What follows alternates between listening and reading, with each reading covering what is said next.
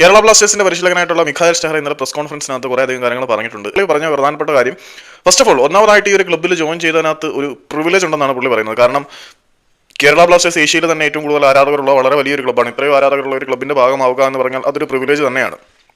ഞങ്ങൾ 100% കളിക്കളത്തിൽ ആരാധകർക്ക് വേണ്ടി ചിലവഴിക്കാനാണ് ആഗ്രഹിക്കുന്നത്. വളരെ എനർജറ്റിക് ആയിട്ടുള്ള ഫുട്ബോൾ കളിക്കണം എന്ന് തന്നെയാണ് ഞങ്ങളുടെ ആഗ്രഹം. അതിനോടൊപ്പം കാണികൾക്ക് ആഘോഷിക്കാൻ വേണ്ടി കൂടുതൽ ഗോളുകൾ സ്കോർ ചെയ്യുകയും വേണം എന്ന് സ്റ്റേറ പറയുന്നു. പക്ഷേ കാര്യങ്ങളൊന്നും എളുപ്പമല്ല എന്ന് ഞങ്ങൾക്കറിയാം. പഞ്ചാബ് എഫ് സി കരുത്തരായിട്ടുള്ള ടീമാണ്. അവർക്ക് വളരെ മികച്ച ഒരു പരിശീലകനുണ്ട്, മികച്ച താരങ്ങളുണ്ട്. ആ പരിശീലകൻ വളരെ മികച്ച ആളാണെന്നും സ്റ്റേറ പറയുന്നുണ്ട്.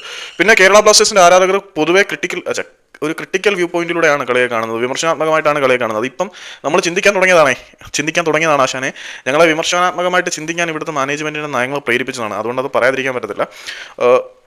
അവർക്ക് കളിക്കാർ 100% നൽകുന്നത് കാണണം. കേരള ബ്ലാസ്റ്റേഴ്സിന്റെ ആരാധകർ അംബീഷ്യസ് ആണ്. കളിക്കളത്തിൽ 100% ആരാധകർ ചിലവഴിക്കുന്നത് കണ്ടേ പറ്റത്തുള്ളൂ. എപ്പോഴും ഗോളുകൾ നേടണമെന്ന് ആരാധകർ ആഗ്രഹിക്കുന്നുണ്ട്. അവരെപ്പോഴും പോസിറ്റീവായിട്ടിരിക്കാനും ആഗ്രഹിക്കുന്നു. യെസ്, അങ്ങനെ തന്നെയാണ്, ഞങ്ങൾക്ക് പോസിറ്റീവായിട്ടിരിക്കണം.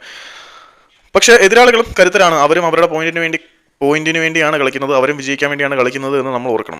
വാട്ടെവർ, ആരും പരാജയപ്പെടാനും സമ്മതിക്കാൻ വേണ്ടി കളിക്കില്ല. അവരും ജയിക്കാൻ വേണ്ടി കളിക്കുന്നു, നമ്മളും ജയിക്കാൻ വേണ്ടി കളിക്കുന്നു. പക്ഷേ നമ്മൾ ജയിക്കാൻ വേണ്ടി കളിക്കുന്നതിൻ്റെ ആ തൃഷ്ണ നമ്മുടെ പ്രകടനത്തിൽ നിന്നും ആരാധകർക്ക് മനസ്സിലാവണം എന്ന് മാത്രമേ ഞങ്ങൾക്ക് പറയാനുള്ളൂ.